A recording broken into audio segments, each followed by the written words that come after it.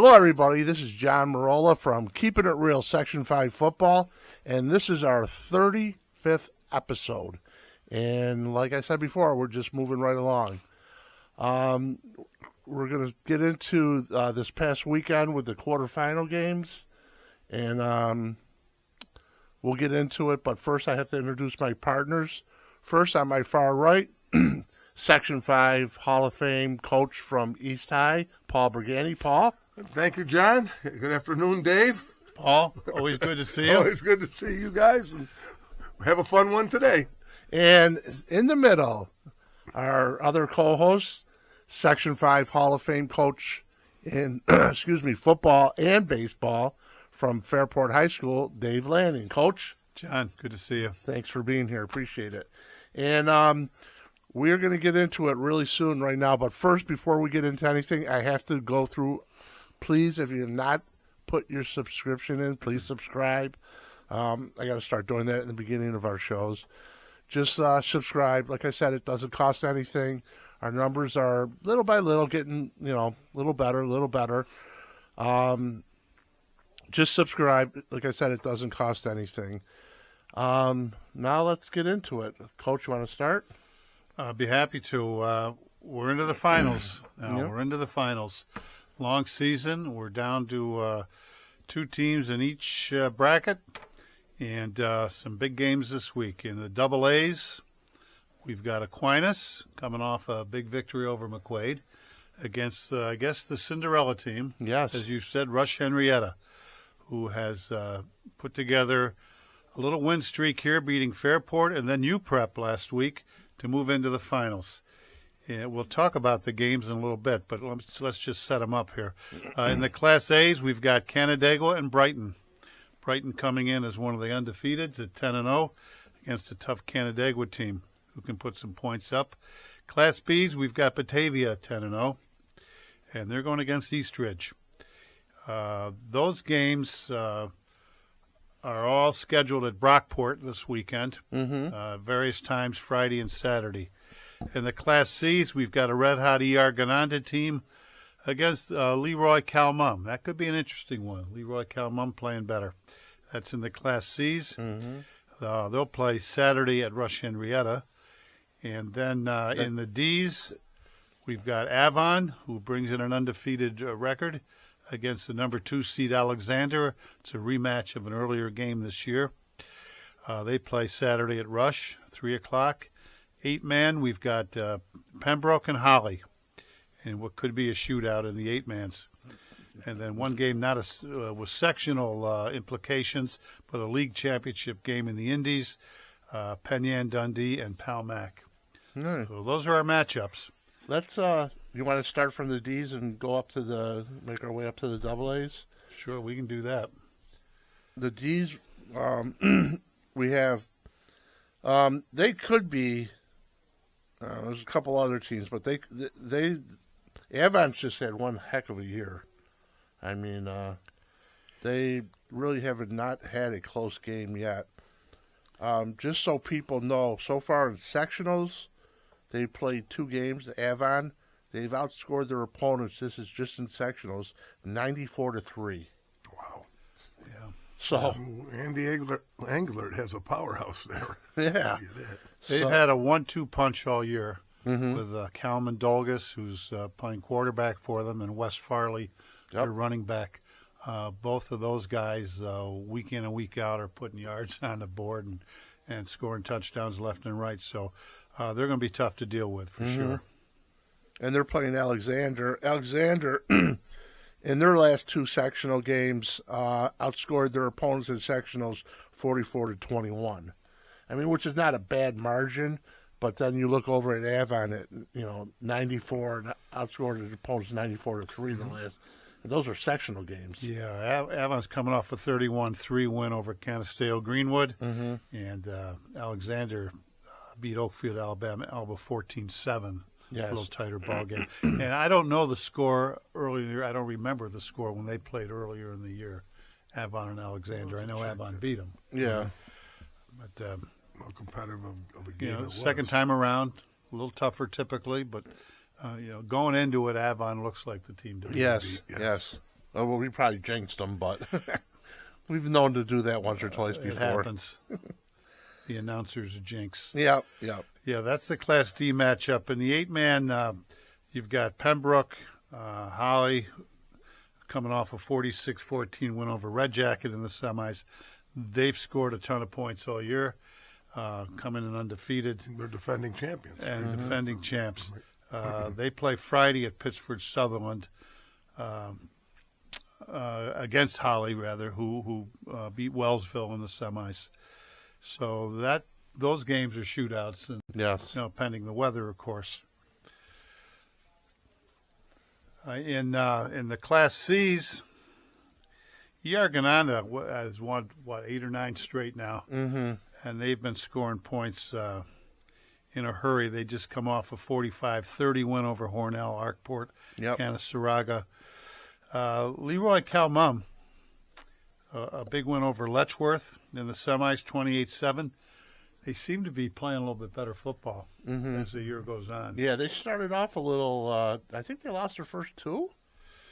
I want to say. I believe you're right. Yeah, and but they've been like Leroy and Calmum usually do this time of year. They seem to get their back to the finals, but now they're together back to the finals. Right. And of course, ER Ben Newman, their quarterback's been red hot. He's been on the show. Been on the show, been one of our players of the week. He continues to put up big numbers, and Catterall Sneed, running back receiver for them, seems to find the end zone on a regular basis, too. Yes.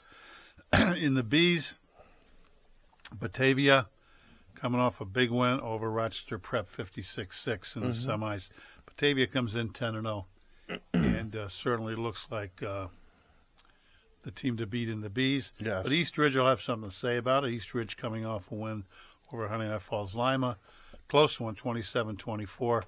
You guys have seen East Ridge play, right? Yeah, and you got to give a shout out to the head coach there. This Victor Davidson came in, and we saw them earlier in the year, Johnny and myself, against Runniquoit, and they had a very difficult time. And it looks like the ship is rode. He's got him back playing, and what a dramatic finish to their game with Honey Nut Falls Lima. They threw the long Hail Mary at the end of the game to win that. Yep. And again, it's just a big boost, but they have come a long way from when we had seen them earlier in the year. Yeah. It took them a little while to get going, but now I think now they are going. They're definitely moving. And that game is scheduled 12 o'clock Saturday at Brockport. Yep. The Bees. In the Class A, and now to me this could be the game of the finals in terms of a matchup. Canandaigua coming in at 9-1 off a victory over Brockport in the semis, and Brighton 10-0 with a dramatic win over Monroe 21-20. They play 3 o'clock Saturday at Brockport. Brighton's ground game has been solid all year. Canandaigua can throw it. Drew Willamy, their quarterback, has put up some good numbers. They can also run the football. So that's a you pick 'em, I think. I don't know. Yep. Yeah, And I agree with you. we were talking earlier.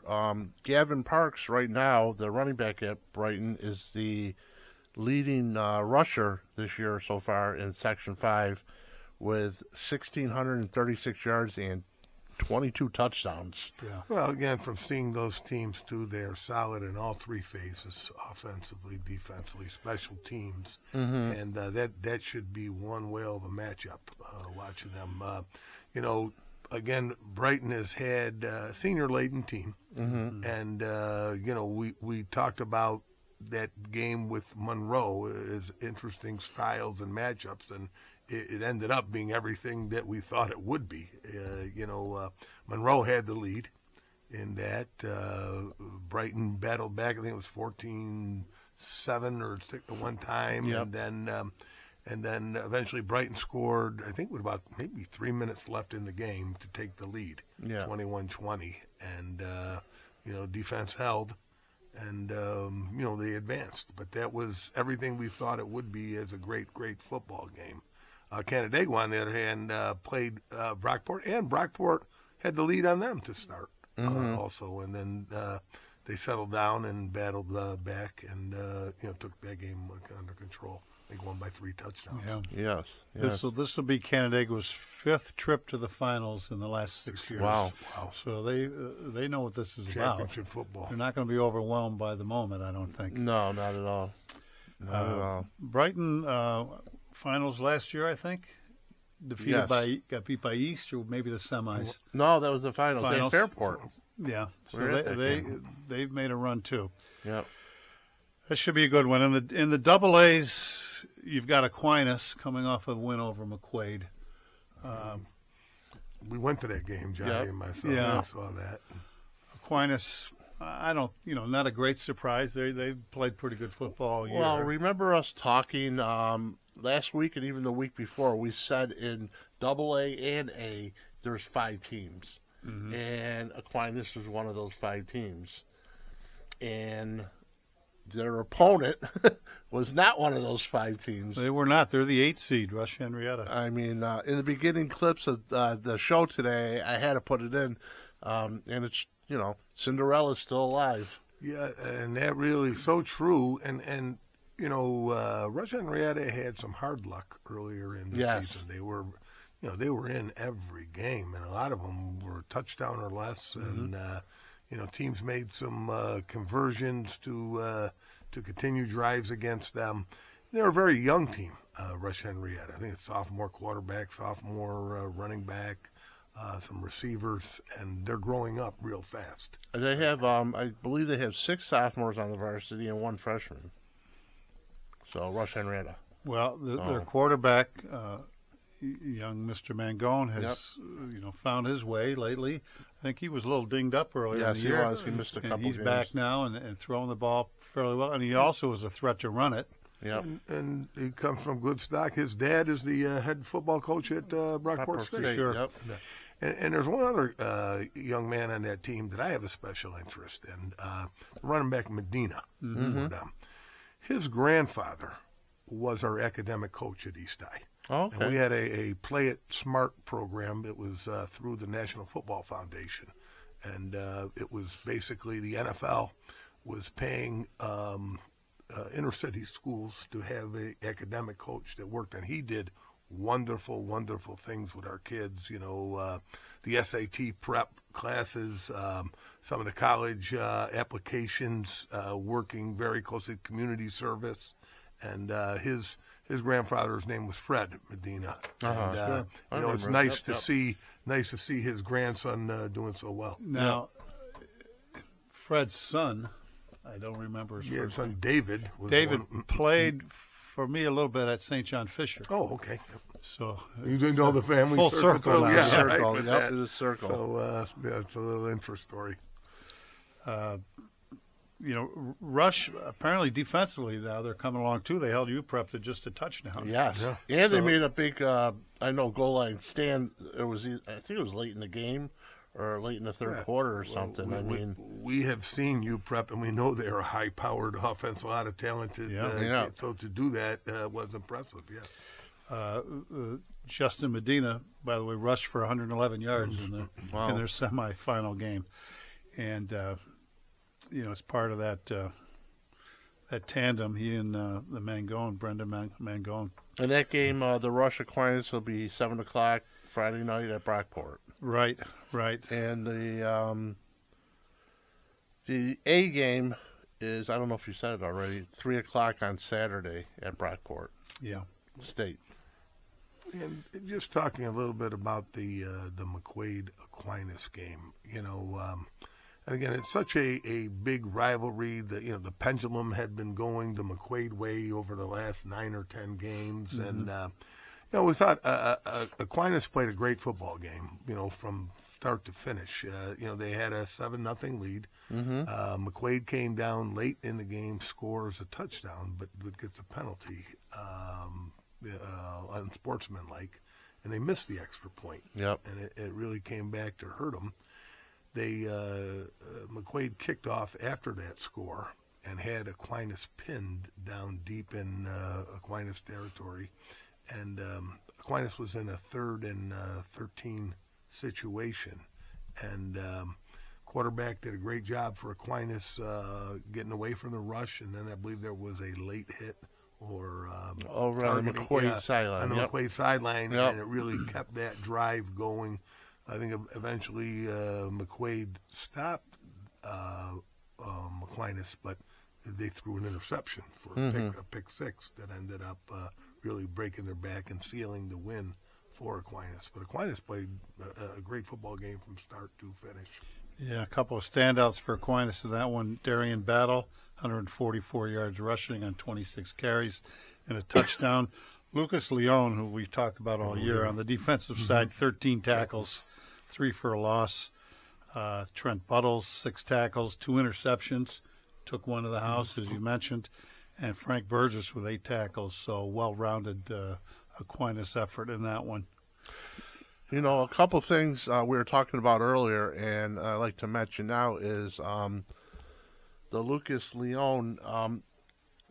I was on Max Prep earlier when you guys came in, and we were looking at the leading rushers in Section 5. And the leading rushers, 4 out of the top 10 leading rushers in Section 5 have been our Player of the Weeks. Telling us and who's voting, you know, that we are, you know, doing the best we are trying to do is getting the top kids in and letting them getting recognized.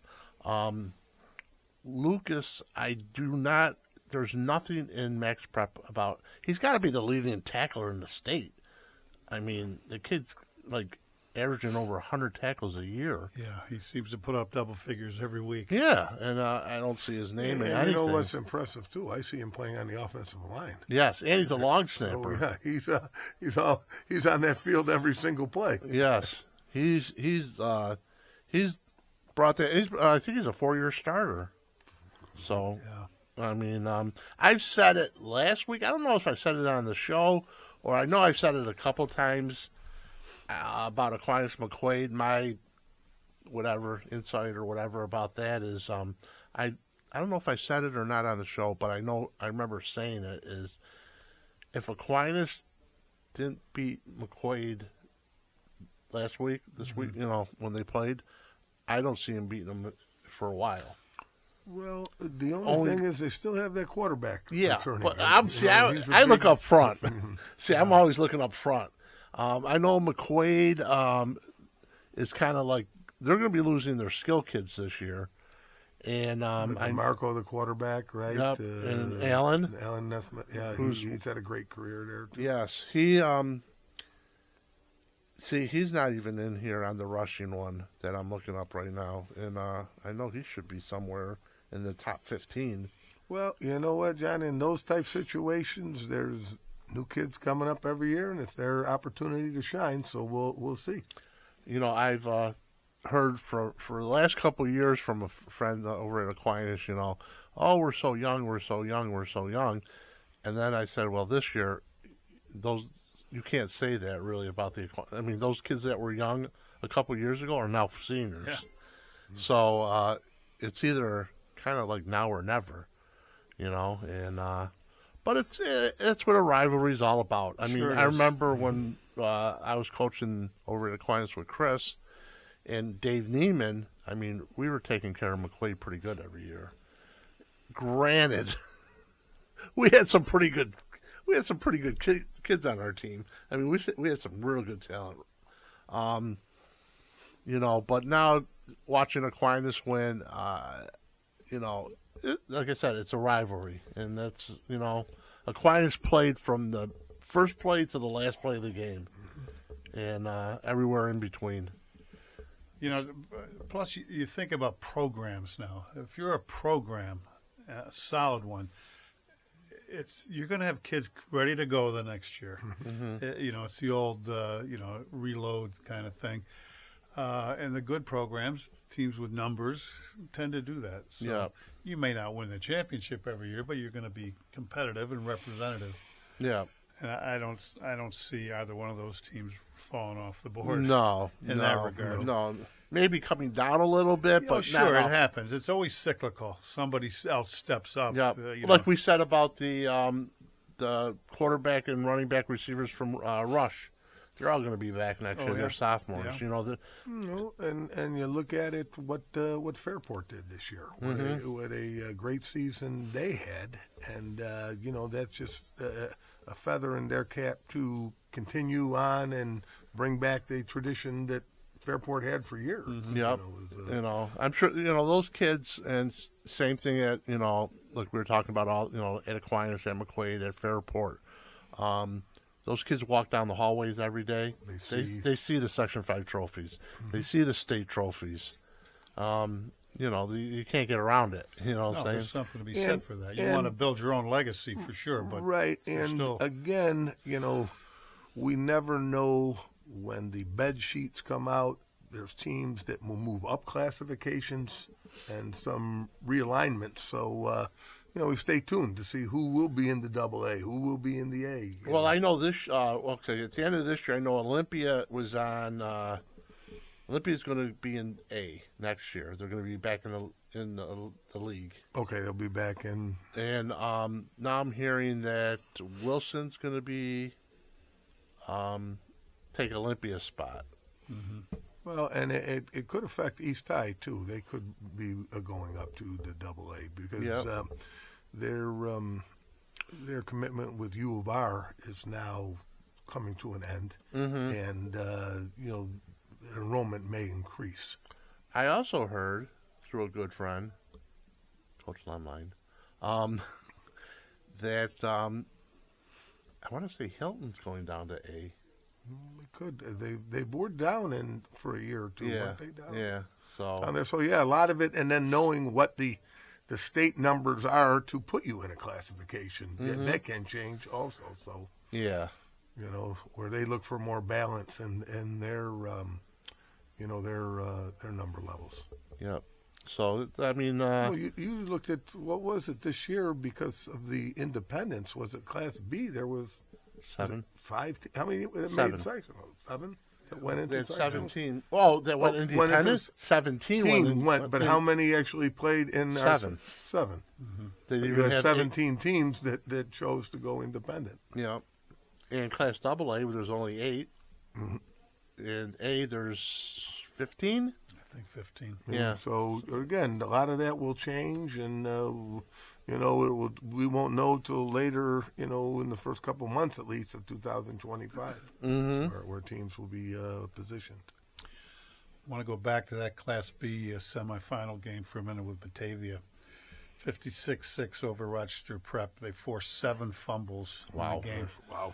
So they not only put a lot of points up, they turned them over a bunch of times. The Buckholz boys again were factors. Bronx Buckholz, the quarterback, 3 touchdowns, 83 yards, 7 for 11 through the air.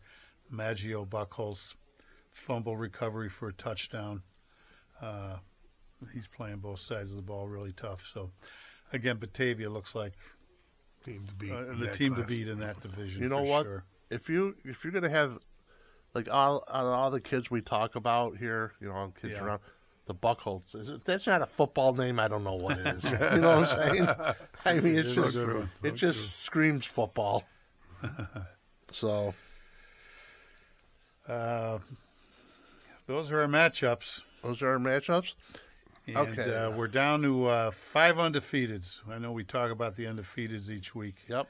There's 5 left going into the finals. Batavia and Avon both 10-0 in the B and the D classifications. Pembroke is 9-0 in the 8-man. Brighton's 10-0 in the A's. And in the Indies, Penn Yan Dundee comes in at 9-0. Yeah. And again, the Indies are playing for a league championship this week, not a sectional title. Pal Mac and Penn Yan will go at it. So this weekend, the winner gets the brick.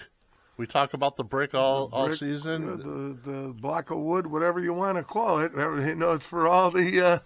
It's for something that's going to be in that trophy case forever. Yep. Forever. There's 6 bricks waiting somewhere, some trophy shop right now in Rochester, or whatever, and they're waiting to go out to some of the high schools. So, And of course, the winners this week will go on to play a regional game against the Buffalo area. yep, and The region will be here in Rochester. We're hosting. yes, we are hosting this year. And I talked to my two partners earlier, and I kind of kicked myself. I shouldn't have, but I didn't have work today. John, we might have kicked you. That doesn't matter. Go ahead. Yeah. So, I just started looking like at the with the Aquinas Rush game, the winner. Now you're playing the winners of Buffalo. So I went over and I looked at the Buffalo matchups this weekend and their finals. And in Double A, you have Lancaster in Double A 8-2 playing Jamestown 6-4. All these games are being played at Highmark. Right, and just mentioning those names, we don't hear Buffalo Bennett. No, Buffalo Bennett lost who has been there the last representative 4 or 5 years. and state champion. Yeah, so there's going to be a new, like in Section 5 this year, there's going to be a new crown king of Double A. So it's not going to be Bennett from Section 6. It's not going to be McQuaid from Section 5. Right. Back years ago when I was doing it, it was always either Orchard Park or Jamestown. Right. Yeah. That we seemed to play every year. Yep.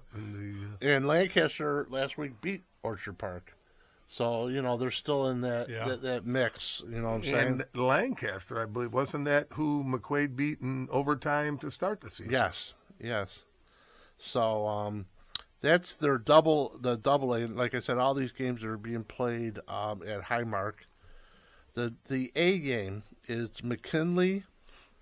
Well, let me go back. Lancaster's 8-2 and Jamestown was 6-4. So they must have got hot at the end of the year. They won their last 2. So going in, they were probably 4. Yeah, they were 4-4 going into sectional. Right. Jamestown now they're 6-4. So a couple games under their belt now. The A1 is McKinley coming in at 7-3, and an old team that we used to play a lot was Sweet Home. Oh, right. Sweet Home. Tradition. Yep, 9-1 Sweet Home. Those 2 games will be played on Friday. On Saturday, the Class B finals is South Park 9-1 versus Health Science BASE Charter. Charter school. Okay. Don't know them. Don't know them at all. Both teams are 9-1. Those games will be played Saturday morning at Highmark at 10.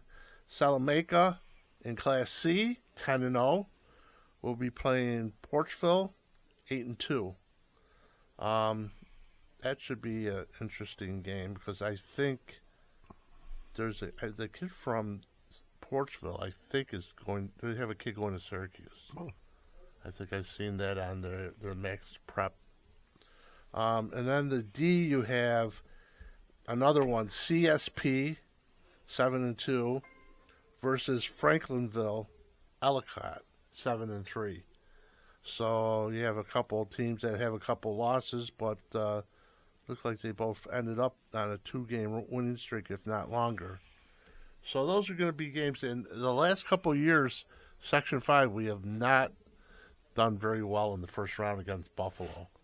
I think last year we had 1 team advanced, and 2 years ago we didn't have 1.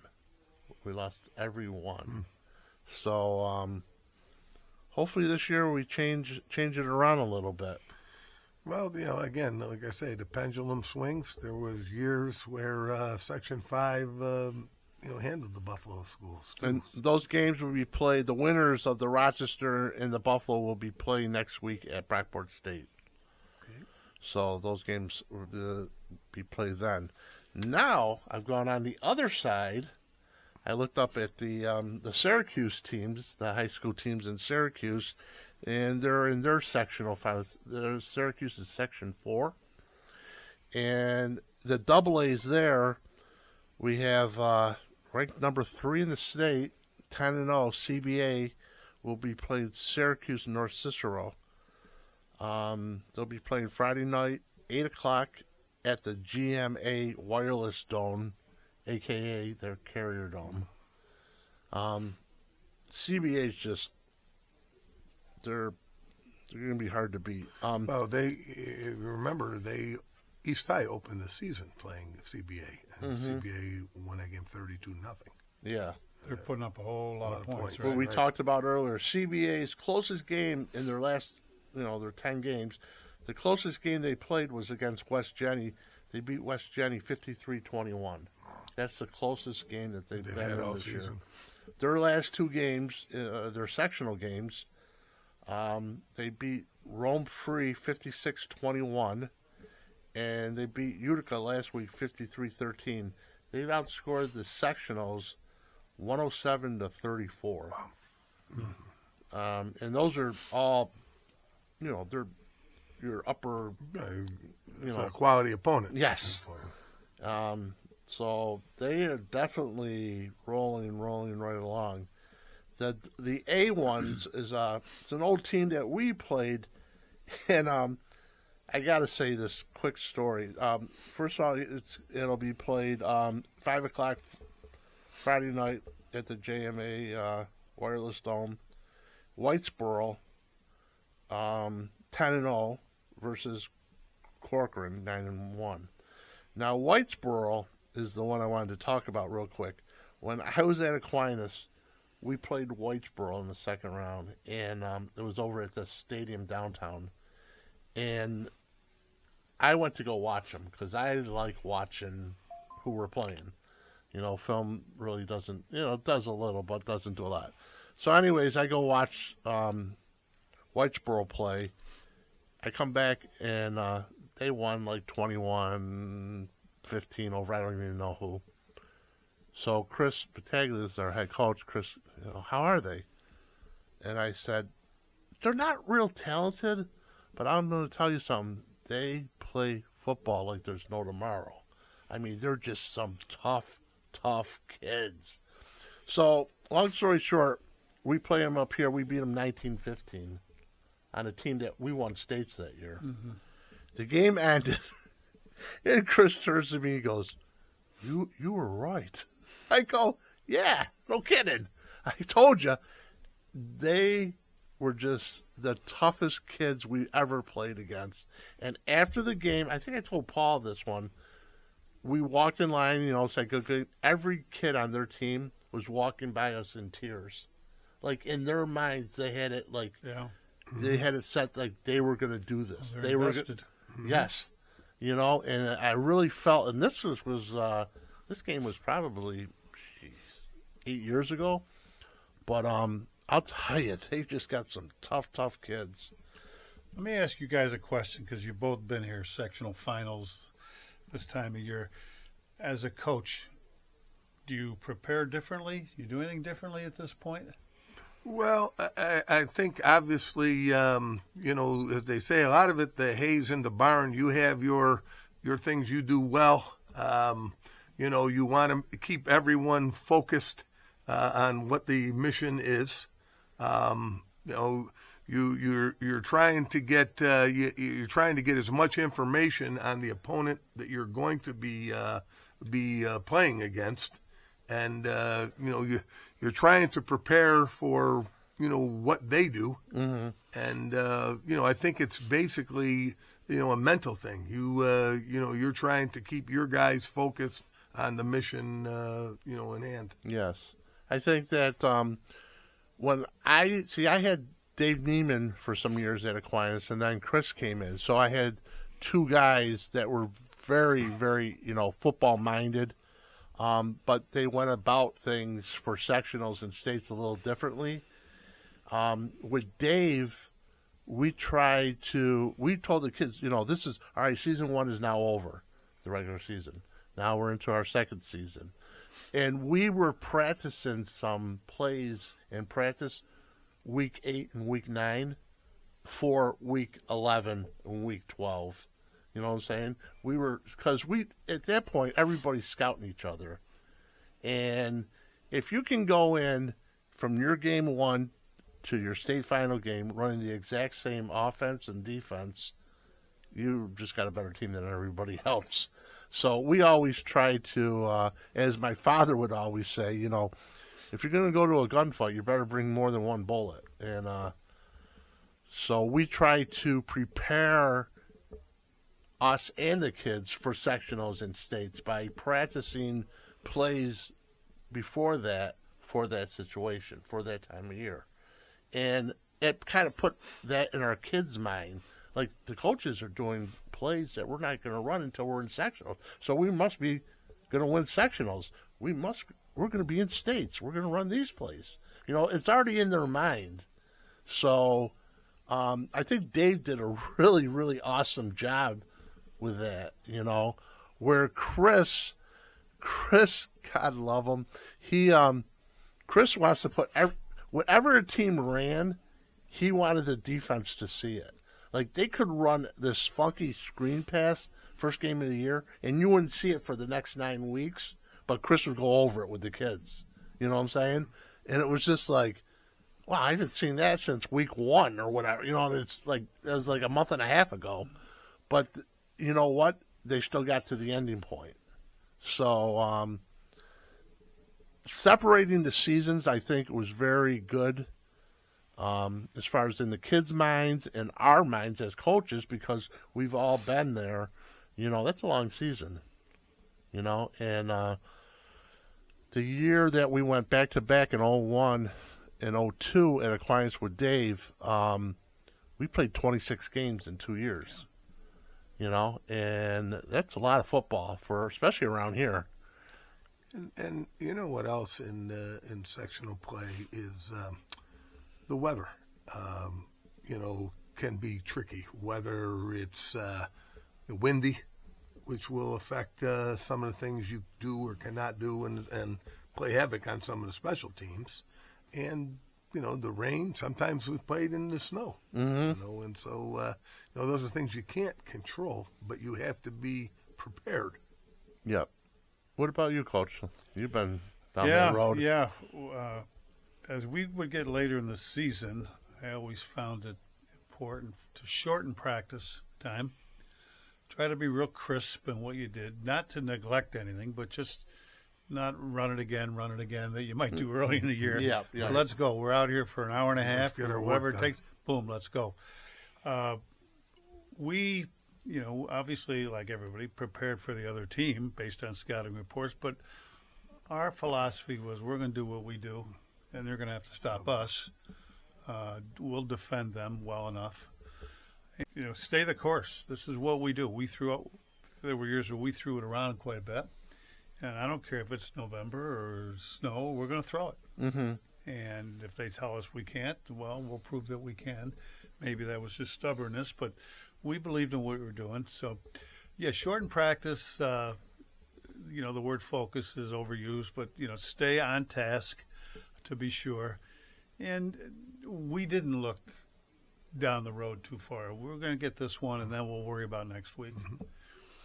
So, yeah, that you're right, though. We did the same. We played 26 games in 2 years, and we look at it as, well, that's an extra season for us, basically. Yeah, and it's good experience for all our guys that practiced, and you just got more reps, chance to get better. Mm-hmm. So, everybody has their own little niches and the way they do things, and there's really no wrong or no right. No, It's just what however you believe feel in and how you comfortable. sell it to your guys. Yep, exactly. So, anyways, I was going through the Syracuse ones, yes.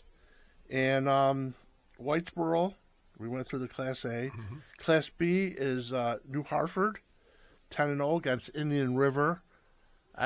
These are all teams I've heard of. CBA and Whitesboro, we played. So I have a little more, I'm more familiar with those people. They're two great programs, I know that. Class C, 10-0 General Brown against Bishop Ludden, 6-4 Bishop Ludden, who must have got hot towards the end of the year, too, to get this far. And then your Class D, Dodgeville versus Mount Markham. Never heard of them in my life. Dodgeville was 9-0, and Mount Markham is 8-2. Every number one seed in the Syracuse undefeated right now. So that was showing. That was when I was going through this. I was started looking at them like, wow. There's got to be some strong. I know CBA is very strong, and I know Whiteville's very good too. So, but that's what this time of the year is all about. Right, and as we've seen the last couple of weeks, the upsets do happen. So you Yes. got to play the game, and some of these teams have changed, are much better now than they were. Whether it's guys coming back off injuries, the mental approach, and they may have had some position changes, and they're a different team. Yeah. I watched Aquinas in person probably 3 or 4 times this year, and last week against McQuay they played a great game. Like we said, offensively, defensively, special teams. They played played a solid You can football do that. game. Now it's putting it back to back. Yes. and you do it 2 weeks in a row, right? In 1998, in the state semifinals against Liverpool, we played the best game we played all year. It's like we had their playbook. Just took them apart. That made us 12-0. We go to the finals against Troy, and we were awful for whatever reason. We just, one of those nights. Was that the game where you guys were on the bus? Yeah, well, we had all sorts of issues getting right. to the game that year, but that's a whole other story that I still have nightmares about. All right, I got a question for you guys now. Okay. It's sectional finals. Yes, sir. You win the toss. Defer. You going to take the ball or defer? You're going to defer. Defer. Yeah, probably would defer also because just that we want the ball in the second half. And if we can come out of the first half with making that initial stop, then we're +1. I always felt, maybe because I defense more than offense in my mind, playing defense the first series is easier than playing offense. And no matter what happens the first half, third quarter, you're getting the ball. I do have a question to throw back at you guys. Have you ever taken the wind? Yes. Yeah. And tried to basically pin somebody down, Yeah. jump them right away, and have them trying to either kick or throw into the wind, and then you have that wind that whole first quarter, and you jump them pretty good. We've done that. Now, I know it's popular to defer, but I would take the football most cases. If weather was a factor, that would play into it. But maybe we were just hard-headed enough. We wanted the football right now. Mm-hmm. We have confidence we're going to score, or at least we're going to have a long drive and pin you back, and we'll go from there. But that was just our philosophy. Yeah. Well, and you know what? We've seen it done both ways, and whatever works done. It is different when we go to an overtime. Yes. Where That's you want to true. make sure you have your 4 downs to know what you need to doubt. do, and That changes. and that changes things, and that it's interesting, and I don't know if you guys had done this ever. Have you ever put the ball on a hash going for a 2-point conversion? Yes. We had plays where we had it on the hash. Where teams, you can position a ball on a hash depending on what you're trying to do. I'm going to give you an unusual. We've only did it once in 37 years, and of course I was coaching with George over at Olympia, and I believe it was against Lem. Lem was coaching at Arcadia, and they were punting. Arcadia punting to Olympia. We called for a fair catch. George tells the official, we want to do a free kick. Oh. So you know about the free kick? Yeah. Yes, I don't remember the last time I've seen somebody do it. I think it was then. We had Kevin Nope was our kicker. He ended up going to Western Michigan. We called for a fair catch. So what has to happen is you have to catch the ball.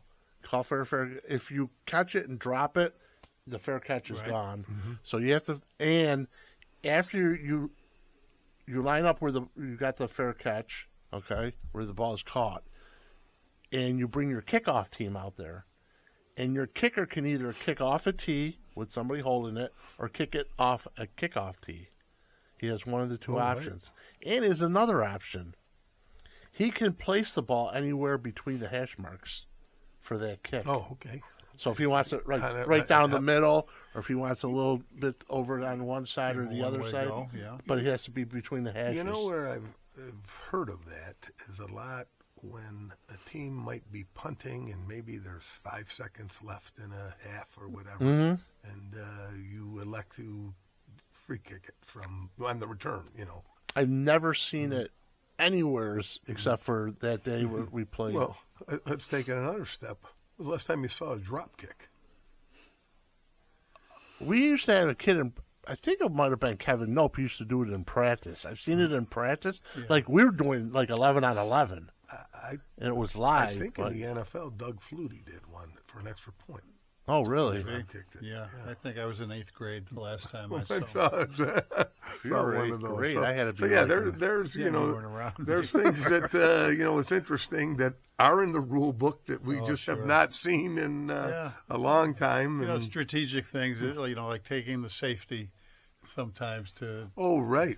All right. And If you're you, backed up we've, on a punt or we've something. seen situations now where teams are letting a team score just Yes, to yep. get Get the another ball back. possession with the ball, and and conversely, guys will slide or take a knee to stop to not and to not score. Right. So it's crazy. That has changed. We've seen teams how they approach when they're behind, whether they're going to go for two or kick where when they're down by 2 scores, when do they want to go for the 2-point attempt? We were playing. I want to say it's kind of hard. I think we were playing Nyack in a state final game at the Dome, and Ian Guberlet was our kicker, punter, corner, receiver. Never came off the field. It was real late in the game, and we were kicking from our 4-yard line. So we just told him, Ian, just get the snap and run around for as long as you can. So the kids were going out of the field. After I just started thinking right away, I was telling the linemen, you guys go tackle the kid in front of you. And they're looking. I go, so if they throw the flag, we're worried about the time. I wasn't worried about the score. So just go tackle if they throw the flag and make us punt it over. If they punt it. Anyways, long story short, Ian got the snap. He didn't get tackled for 13 seconds. Wow. I mean, I got to show it to you sometime. I got it somewhere. He's running around in the end zone, not coming out, just spinning, dodging, stiff. I mean, just unbelievable. And I think it was Nyack. We ended up winning like 19-15. The other one that becomes situational, and now that when you're down 11 points and you need 2 scores, when do you decide that maybe we'll just kick the field goal? I've seen, and so we'll kick the field goal quickly and try to we're onside, so at least we'll have enough time if we do get the ball back, and or you're trying to get the score, but it's using up clock, and you're in. You got to weigh that as a coach. Yeah, especially now with the college rule, with that it's not the 2-minute warning; it's the 2-minute timeout. 2-minute So timeout. it changes. That you might want to kick a field goal then, and then do an onside right, kick. you don't know. You know what I'm saying? It's a different. You got to get the 2 scores one way one way or another. So when when do you pull the trigger? And on, say, and you got to have obviously confidence in your kicker and so on. But yeah, there's so many situations that you get into, and decisions that will have to be made. And you practice some of them, Yep. and some it's like, oh, we're not ready for this. No. You try to prepare for everything. Hey, it's a fun time of year. That's right. Yes, it It's is. the finals. The finals. Schools are excited. Administrations are excited. Towns are It's a excited. big time. Towns are all fired up, ready to go. Yep. So Just stay we tuned. wish everybody the best this week. Yeah, it's a fun time of the year. We look Now, forward to it. I have to say before we get off the air, Paul will not be with us next week. Well, I may those call five- in and I'll be in Florida. He's but probably on a cruise John. I don't somewhere, know, and but he's like Frank Sinatra. I'll be He's all I'll over the be place. I'll be watching and following the sectional championship results, Yeah. I know you guys will have a fun podcast next week because now you'll be talking about the champions. Yeah, the sectional final winners in Section 5, which is, it's the biggest moment of the year so far for, and again, for these kids, these teams, it's something that we'll remember the rest of their lives. They will. And I used to tell my teams, let's assume we won the championship. I want this to be the greatest athletic moment in your life, but not the biggest moment in your life. Yes. There's so many other things that you need to accomplish, but enjoy it. It's a thrill. You've played hard and you've worked hard to get it. It really is. And so next week, I'm already thinking, with Paul not being here, I'm going to see if we can, if it's okay with my other partner, if I get that the other guy to come in, Coach Giordano. Coach, is he your first choice?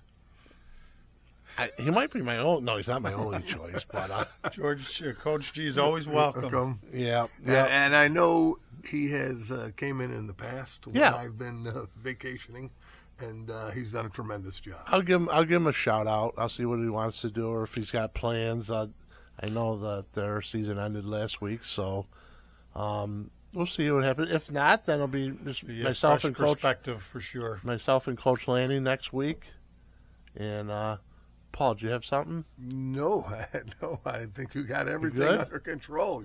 You're all set.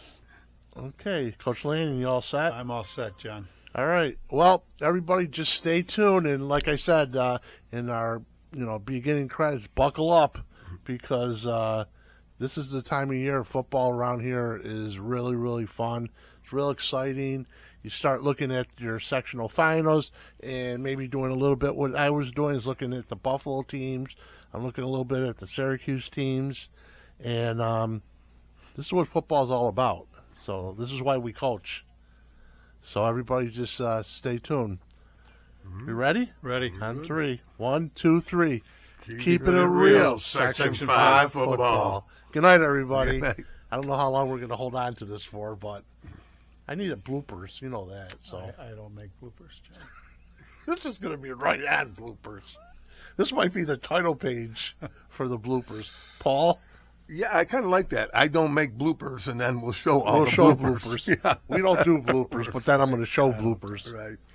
Okay. Right, very good. That's that. I'm not happy that George may be coming. But Dave, sometimes you got to carry the team. you can't get Lem?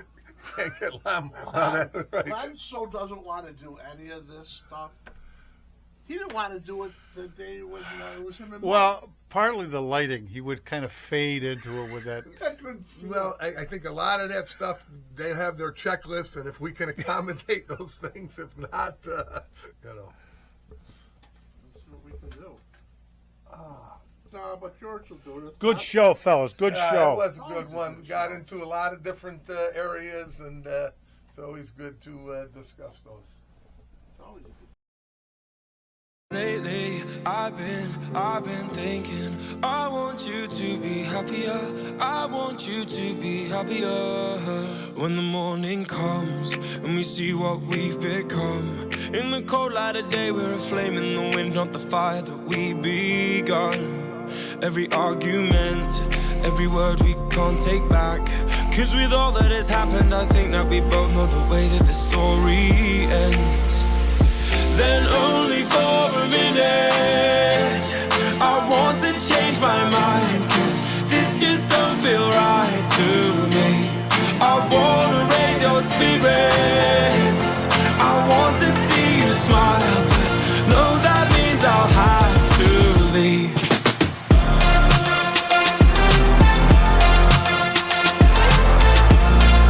No, that means I'll have to leave. Lately, I've been thinking, I want you to be happier. I want you to be happier. When the evening falls and I'm left there with my thoughts, and the image of you being with someone else, well, it's eating me up inside. But we ran our course, we pretended we're okay. Now if we jump together, at least we can swim far away from the wreck we made. Then only for a minute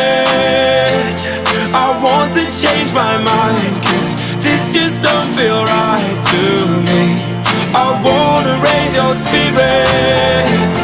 I want to see you smile, but no, that means I'll have to leave.